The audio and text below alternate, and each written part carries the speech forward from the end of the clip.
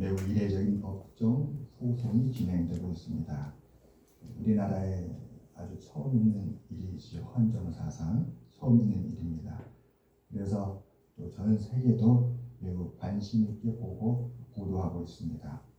국가의 경영을 맡긴 책임자와 그리고 책임자와 함께 국가 경영을 함께한 모든 관계자들 그리고 그들을 지지하는 국민들 이를 놓고 온 전국이 찬성과 반대로 나뉘어져 있습니다. 그래서 이제는 오직 법정에서만이 정의롭고 공의로운 판결을 내려야 하는 상황이 되었습니다. 그 어느 때보다도 헌법의 역할이 매우 중요한 시기가 되었습니다. 오늘 말씀은 바로 이러한 우리나라의 상황과 비슷한 상황에 예레미야라는 선지자를 통하여 주어진 말씀입니다. 하나님께서는 유다의 왕과 그의 백성들을 향하여 그들이 했던 일에 대해 법적 책임을 물어서 하나님의 법을 통해 소송을 제기하고 그 문제를 이제 법적으로 해결하시겠다라고 말씀하십니다. 그리고 이러한 법적 해결을 위해 하나님은 오늘 말씀에 하늘을 증인으로 채택하십니다. 하나님의 말씀을 받아들이지 않는 유다 백성들에게는 사실의 증명을 위해서 충분한 증거가 필요한데 저 하늘은 이 땅에 일어난 모든 일을 목격한 증인이었습니다. 그래서 하나님은 그 하늘을 목격자 증인으로서 세우고 하나님은 이제 그 유다 백성들을 향한 하나님의 말씀을 증언하십니다. 그리하여 이제 예레미야 말씀 전체를 통해 2장 이후로 3장부터 52장에 걸쳐서 그 긴 말씀 하나님의 변론이고 하나님의 또 법적 증언이고 하나님의 그에 대한 해석이고 하나님의 판결이고 하는 그 긴 말씀을 이제 이어나가게 되십니다.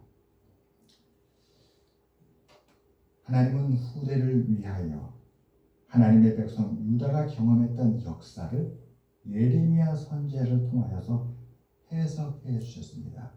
그래서 예레미야서는 예레미야라는 선지자가 활동했던 그 당대의 역사와 그리고 예언이기 때문에 예레미야 선지자가 활동을 마치고 나서 그 이후에 하나님의 예언대로 되어진 그 역사까지 포함해서 이 모든 역사를 하나님께서 해석해 주신 것이 바로 이 예레미야 말씀입니다. 우리도 이 역사를 어떻게 풀어야 될지, 역사가에게 의존을 해야 될지, 아니면 그 시대를 살았던 사람들의 말에 의존해야 될지, 오늘 하나님은 하나님이 그 역사를 해석해 주고 있는 것입니다.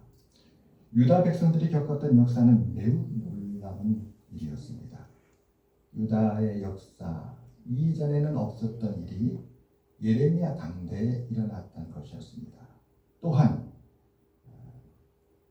유다 역사에 이전에 없었던 더 놀라운 그 유다가 멸망하고 난 후대에 또 일어났던 것이었습니다. 그 엄청난 일에 대한 하나님의 해석과 이해는 오늘 우리에게 매우 중요합니다.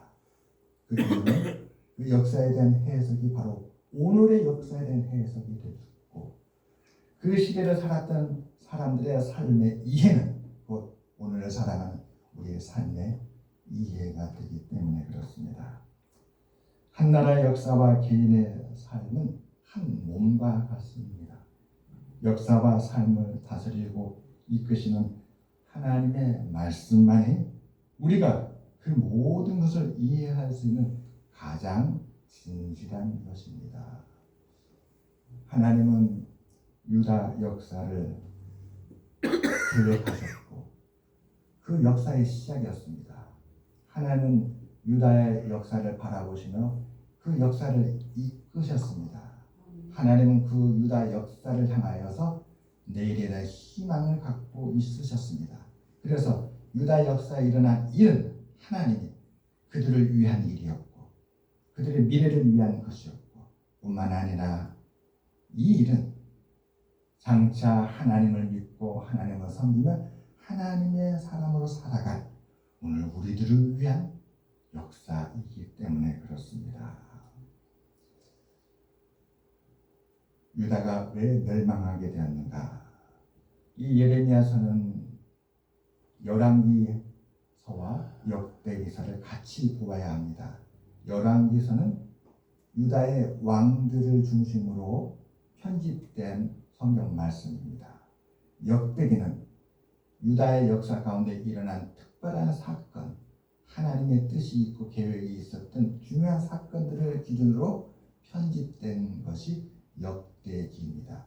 같은 역사인데도 역사의 중요한 관점이 열왕기는 왕을 중심으로 했고 역대기는 사건을 중심으로 했습니다. 그래서 열왕기와 역대기는 모두 다 유다의 역사를 말해주고 있습니다. 그런데 놀라운 것은 예레미야서는 그 유다의 역사에 대한 해석입니다. 그리고 그 해석은 바로 하나님께서 오늘 우리의 삶과 시대를 해석하기 위해서 주신 하나님의 말씀이었던 것이었습니다. 바라옵기는 이 예레미야를 통해서 오늘의 혼란한 우리 시대를 우리가 믿음의 눈으로 바라볼 수 있게 되기를 바랍니다.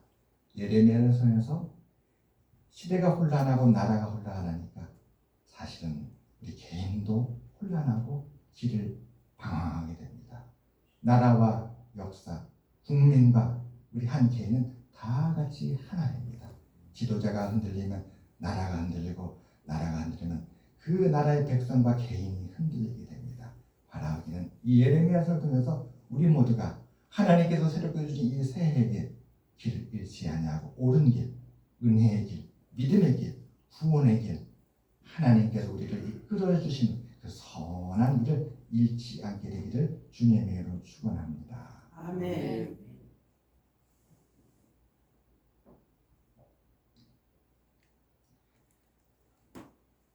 유다의 요시야 왕이 열왕기하에 기록이 되었습니다. 열왕기하 23장 25절에 보면 유다의 요시야 왕에 대해서 이렇게 기록합니다. 그는 어떤 왕이었는가? 열왕기하 23장 25절입니다. 한번 띄워주시겠습니까? 그래 제가 봉독해 드리겠습니다. 요시야와 같이 마음을 다하며 뜻을 다하며 힘을 다하여 모세의 모든 율법을 따라 여호와께로 돌이킨 왕은 요시야 전에도 없었고 후에도 그와 같은 자가 없었더라. 아멘. 요시야 왕은 다윗 이후로 참 훌륭한 왕이었습니다. 그런데 이 요시야 왕은 애국과의 전쟁에서 전사하게 됩니다. 8살에 왕이 되었고 31년간 나라를 다스리고 39살이란 참 아까운 나이죠. 그 39이라는 아까운 나이에 세상을 떠났던 것이었습니다. 요시야 왕까지는 희망이 있었고 또 나라에 대해서 하나님의 은혜가 떠나지 않았습니다. 그런데 이 귀하고 참으로 복된 요시야 왕이 떠나고 나자 그 다음부터 참 큰 나라에 문제가 생겼습니다. 나라는 혼란에 빠지고 혼돈에 이르게 되었습니다. 요시야 왕이 죽자 그의 아들 여호아하스가 왕이 되었습니다. 열왕기하에 보게 되면 이 여호아하스 왕은 참 악했다라고 합니다. 아버지 요시야 왕의 그 하나님의 뜻을 따라가는 선한 길을 따라가지 아니하고 이전에 므낫세 왕과 같은 악한 길을 걸어갔습니다. 나라의 왕이 악한 길을 가자 온 유다 백성들도 그 왕을 따라서 악한 길로 갔던 것이었습니다. 그는 3개월 만에 왕에서 물러나게 됩니다. 참 짧았죠. 3개월 만입니다. 애굽에 끌려가 죽었던 것이었습니다. 애굽이라는 큰 나라에 대적을 하였더니 애굽 왕 바로누고가 그 요시야 왕의 아들 여호아하스를 애굽으로 끌고 가서 죽였던 것이었습니다. 애굽 왕은 요시아의 또 다른 아들 여호야김 왕을 유다의 왕으로 세웁니다. 그런데 이 여호야김 왕도 또 아하스 왕처럼 악한 길로 갔던 것이었습니다. 참 너무 안타깝죠. 탄식이 나옵니다. 요시야 왕은 나라를 하나님께로 돌이켰는데 그의 아들 여호아하스는 반대길로 갔고, 또 여호아하스가 죽자 그 요시야의 또 다른 아들 여호야긴 왕조차도 아버지 요시야 왕의 반대길로 갔던 것이었습니다. 그래서 11년 만에 여호야긴 왕도 왕이 되기 11년 만에 바벨론 왕 느부갓네살 침략을 받고 바벨론으로 포로로 끌려가게 됐습니다. 왕이 저 먼 타국 먼 바벨론의 침략을 받아서 포로로 끌려간다는 것 나라의 수치가 아니겠습니까? 왕이 왕다워야 되는데 왕이 왕답지 못하니까 이런 불행한 일을 겪었던 것이었습니다.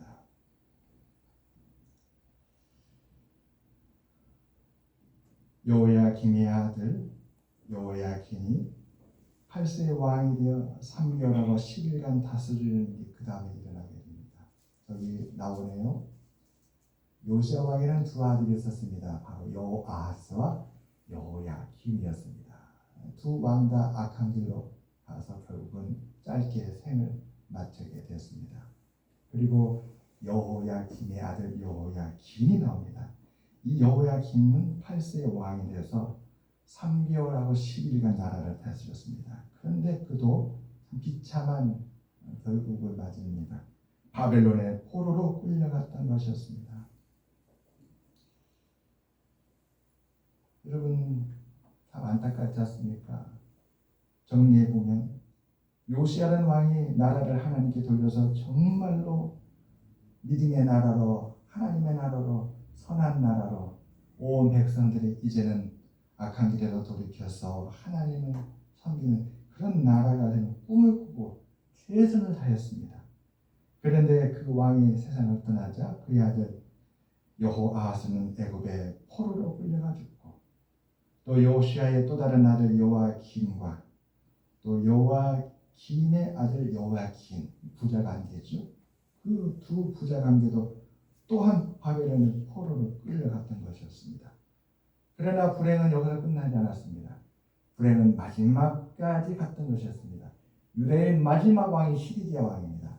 앞에 프로젝트에 비춰지는 것처럼, 스크린에 있는 것처럼 20번째 왕 시드기야, 마띠디아라고 하는 사람이죠.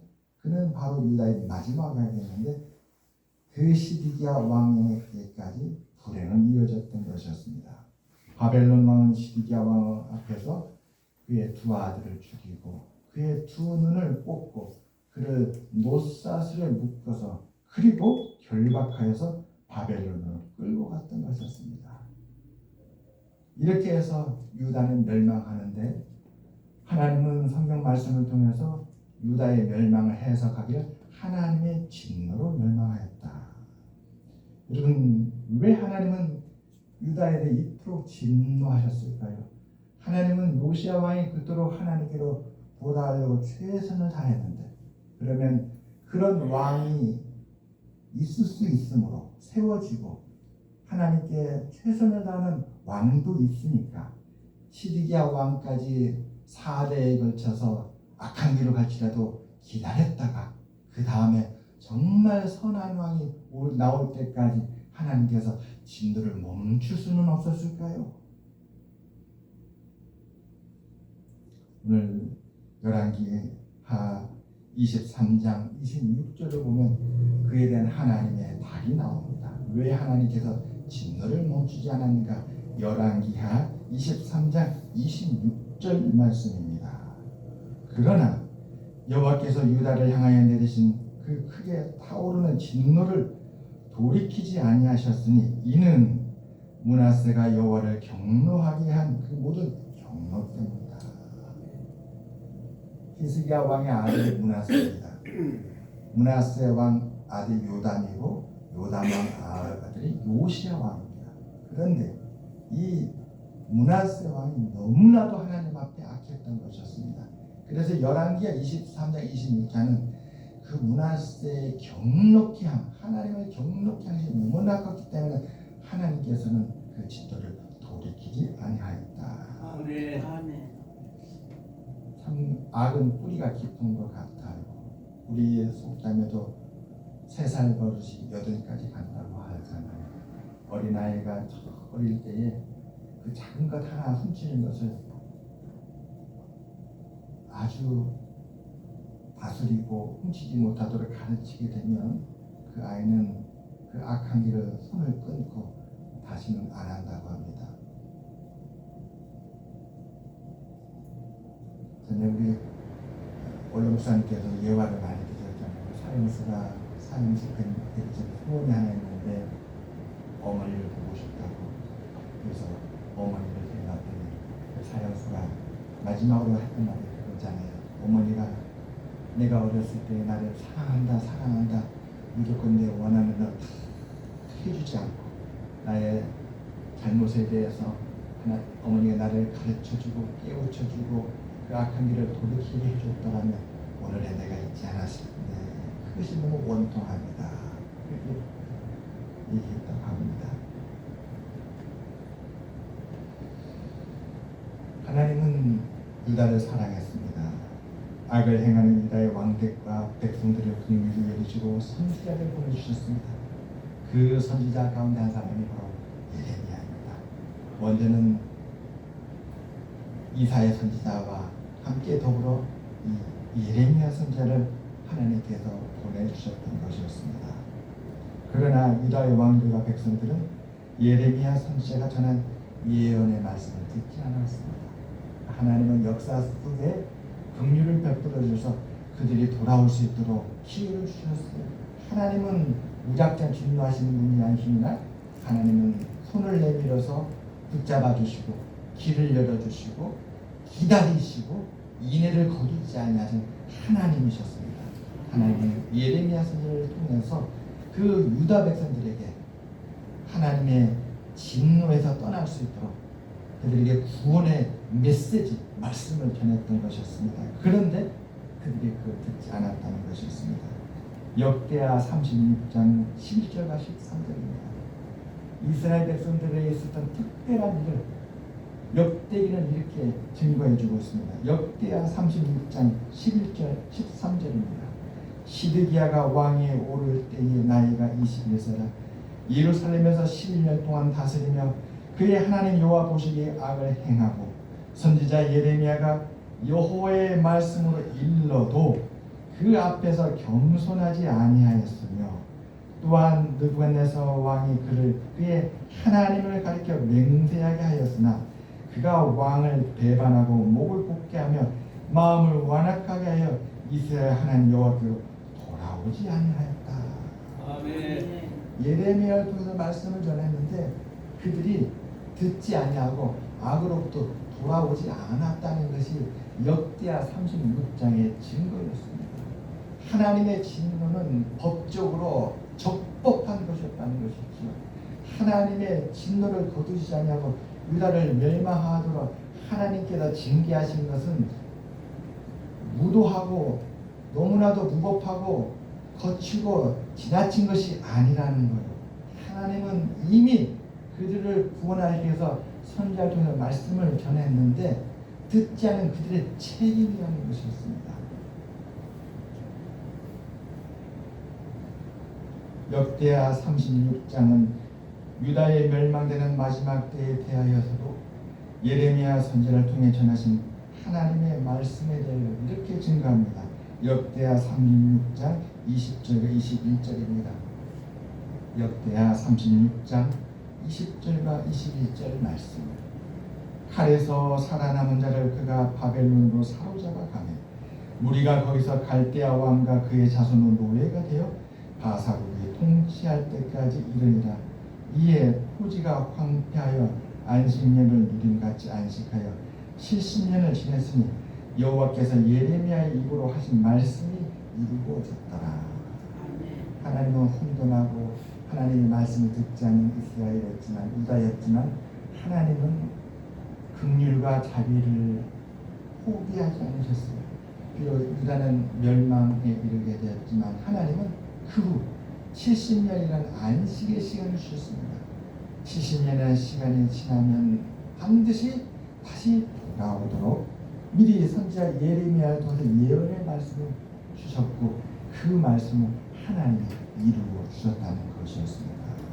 역대기는 이 역사를 통해서 오늘 우리들도 하나님께로 돌아오기를 원하며 오늘 우리들도 이 혼란한 시대일지라도 이 혼란한 시대를 따라가지 말라는 것입니다. 마음을 지키고 뜻을 지켜서 하나님을 섬기는 데서 결코 흔들리지 말라고 말씀하는 줄 믿습니다. 비록 이 시대가 하나님을 떠나고 이 시대에 그들이 자랑하는 세상이 무엇을 자랑할까요? 세상은 세상의 영광을 자랑할 것입니다. 그 영광에 흔들리거나 그 영광에 요동하거나 따라가지 말아요. 이 역사를 교훈 삼아서 하나님을 섬기는 자리를 지키라 우리에게 이렇게 교훈하고 있는 것입니다. 힘들지요. 이것은 믿음의 시련일 것입니다. 어떻게 이 어려움을 우리가 견디고 이겨내야 될까요?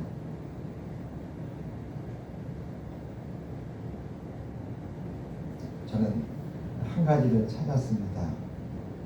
혼돈과 혼란, 길을 잃지 않는 방법, 세상에 하나님의 영광을 멀리하고 교회마저도 오늘 말씀과 같이 하나님의 영광을 세상의 영광과 바꾸어서 옛적의 유다가 하나님을 멀리하고 우상을 섬겼던 것처럼 그러한 길을 잃어버리는 이런 일을 우리가 겪지 않으려면 어떻게 해야 될까? 감사였습니다. 감사는 참 중요하지 않나 싶습니다.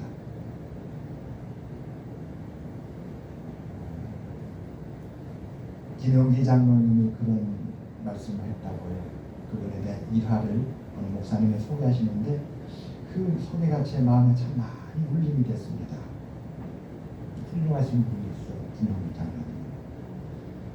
그분에게 물었답니다.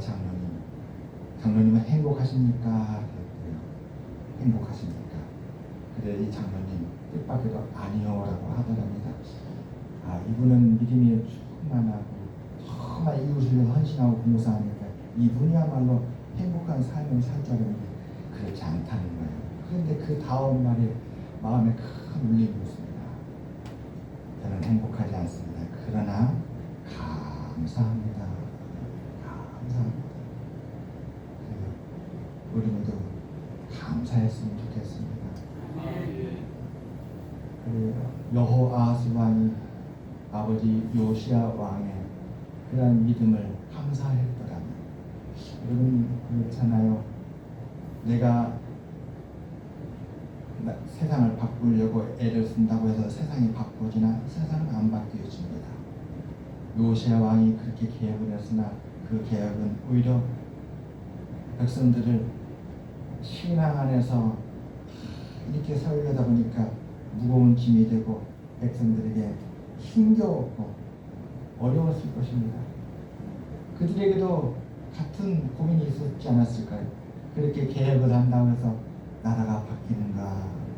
여전히 아수르라는 나라는 이 작은 나라를 위협하고 있고 새로이 등장한 저 신바벨이라는 저 세상은 더 큰 세력에 대해서 위협하고 있는데 우리도 그 세상을 이기고 대적하기 위해서는 국력을 키워야 되고 저 애국과 연합을 해야 되고 우리도 또 홀로 서기 애쓰지 말고 하나님의 구원은 너무 머니까 우리의 이웃한 이들 가운데 같이 힘을 모을 자를 결합을 해야 되고 또한 백성들도 너무 지나치게 하나님만 바라보지 말고 그들이 주장하고 생각하고 그들이 나름대로 원했던 우상과 아세라와 바알 신앙을 섬기는 것을 어느 정도 인정하고 그래서 종교 다원화를 허락하고 그러지 않았을까 싶습니다.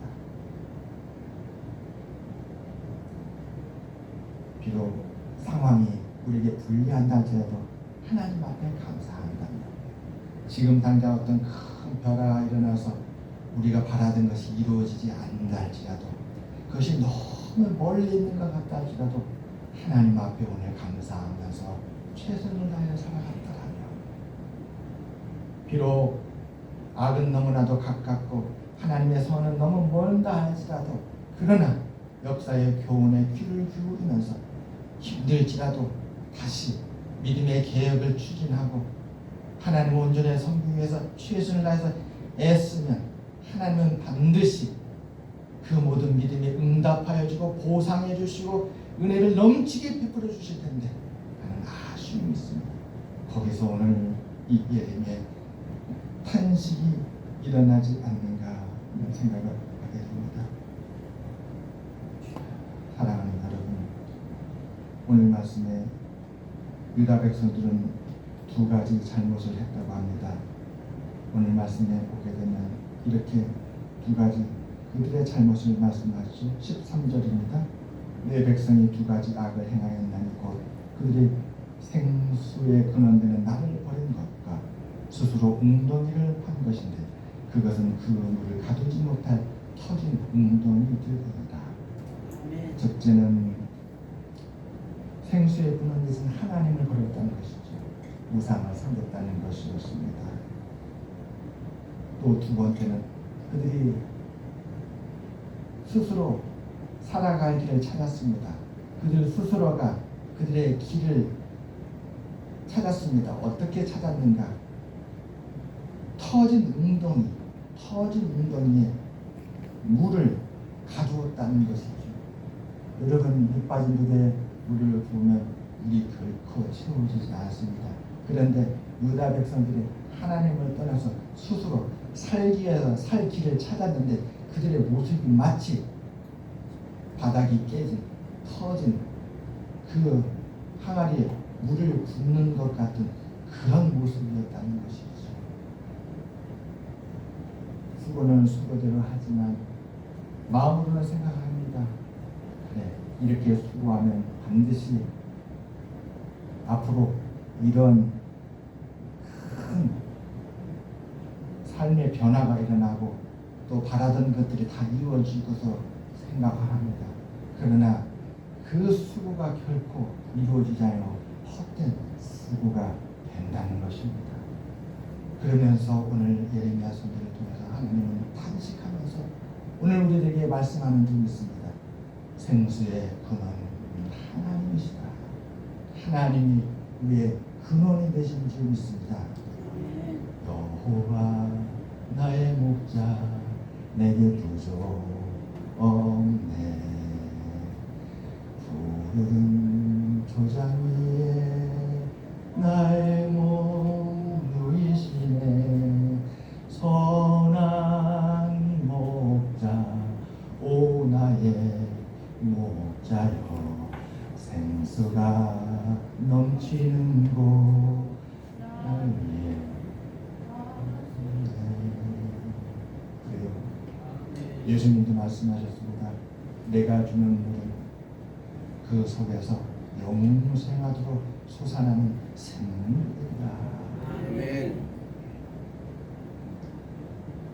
여호아하스, 여호야kim, 시디기야에 걸쳐서 이 사대에 걸친 그 악의 뿌리는 그 위로 올라가서 문하세에게 있었습니다. 이 뿌리는 너무나 깊어서 백성들 10년 깊은 곳에 뿌리 박혔습니다. 그렇기 때문에 돌이키기가 너무 어려웠던 것이었습니다. 사랑하는 여러분, 우리는 이걸 거꾸로 생각해 봅시다. 오늘 우리가 하나님의 말씀에 귀를 기울이고 우리가 주어진 삶에 감사하며 비록 지금은 연약하고 부족한다 할지라도 우리의 그 연약한 삶에 하나님께서 잠시 잠깐 그 햇빛과 같이 내려주시는 그 은혜일지라도 우리가 하나님을 감사함으로 섬기는 그 자리를 지키고 있으면 하나님은 때를 따라 기쁨의 말씀, 평안의 말씀, 은혜의 말씀으로 우리 심령의 모든 풍파를 잔잔케 해주실 것입니다. 아멘. 우리의 삶의 큰 것으로 넘쳐나지 않나 할지라도 김용기 장로님이 말씀하신 것처럼 그 작은 것일지라도 그 작은 것이 우리의 삶을 환하게 밝히는 촛불이 되지 않을까 싶습니다.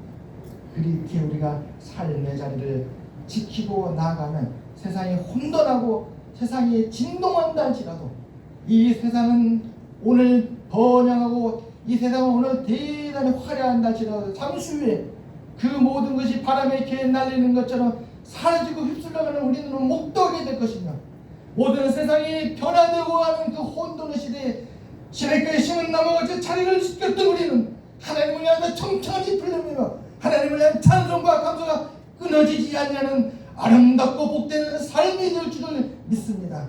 아멘. 우리 모두 그런 삶을 영위해가고 하나님께 영광 돌리며 날마다 매주마다 2025년 1년 360일 52주 하나님을 예배하는 우리 모두가 되시기를 주님으로 진심으로 축원드립니다. 기도드리겠습니다. 하나님 아버지, 너에게 예레미야를 릴레이하게 해주셔서 참 감사합니다.